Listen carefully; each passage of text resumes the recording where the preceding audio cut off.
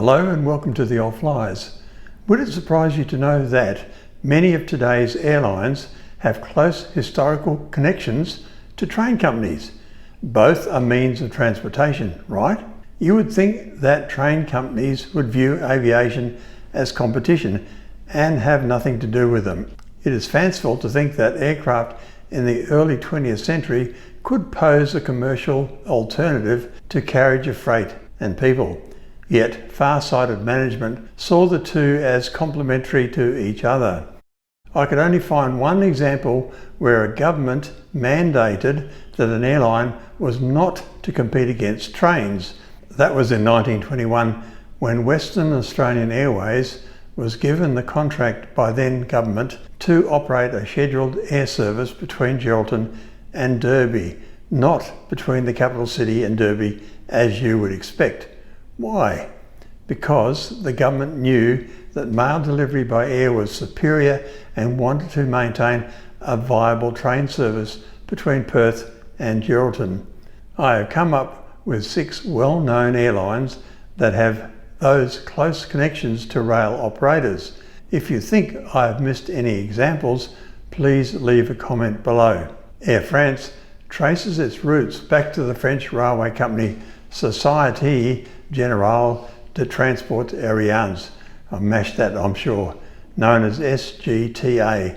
SGTA was initially a part of the French railway system, and the French government played a significant role in the development of air transportation alongside the railroads.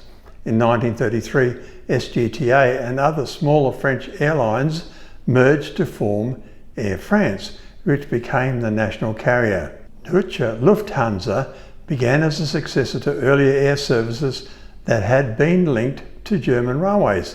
The Deutsche Lufthansa airline, founded in 1926, had roots in the German railway system as the German government saw aviation as complementary to the railway network. Lufthansa, today one of the world's largest airlines, evolved through various phases, including close ties with German state-owned enterprises, including rail services, until it became fully privatised later in the 20th century. British Airways formation involved the merger of several airlines, some of which had connections to rail companies. Imperial Airways and British Overseas Airways Corporation, or BOAC, two key precursors of British Airways, were indirectly connected to rail networks through government infrastructure and transportation strategies.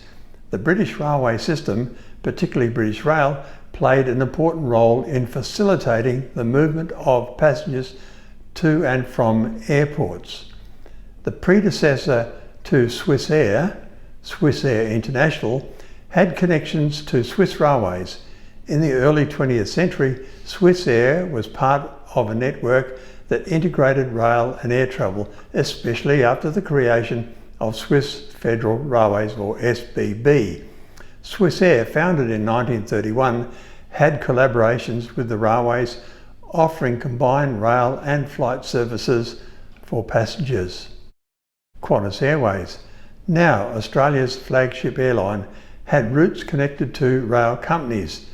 Initially founded in the 1920s as the Queensland and Northern Territory Aerial Services Limited, Qantas had early dealings with the rail network in Australia, where railways were a critical part of the transportation infrastructure. Rail companies and air services were often intertwined in Australia as a way of servicing remote and rural areas. As Qantas grew, it became an independent airline, eventually becoming a prominent global carrier. United Airlines was formed in 1931, but its precursor, Varney Airlines, had early connections to the railway industry. Varney, which later became part of United, was founded by Walter T. Varney, who had connections to the Union Pacific Railway. The airline eventually merged with other carriers, forming United as a major airline.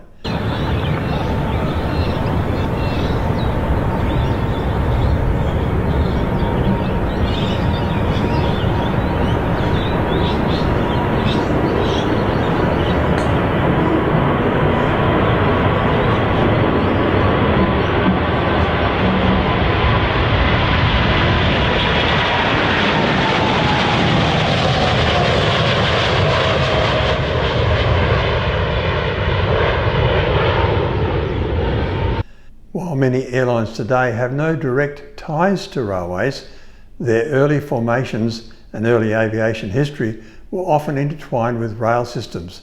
This was particularly common in Europe and North America, where both rail and air travel served complementary roles in the development of national transportation networks. Thank you for watching. I read all comments and welcome debate. Like and subscribe to encourage new content.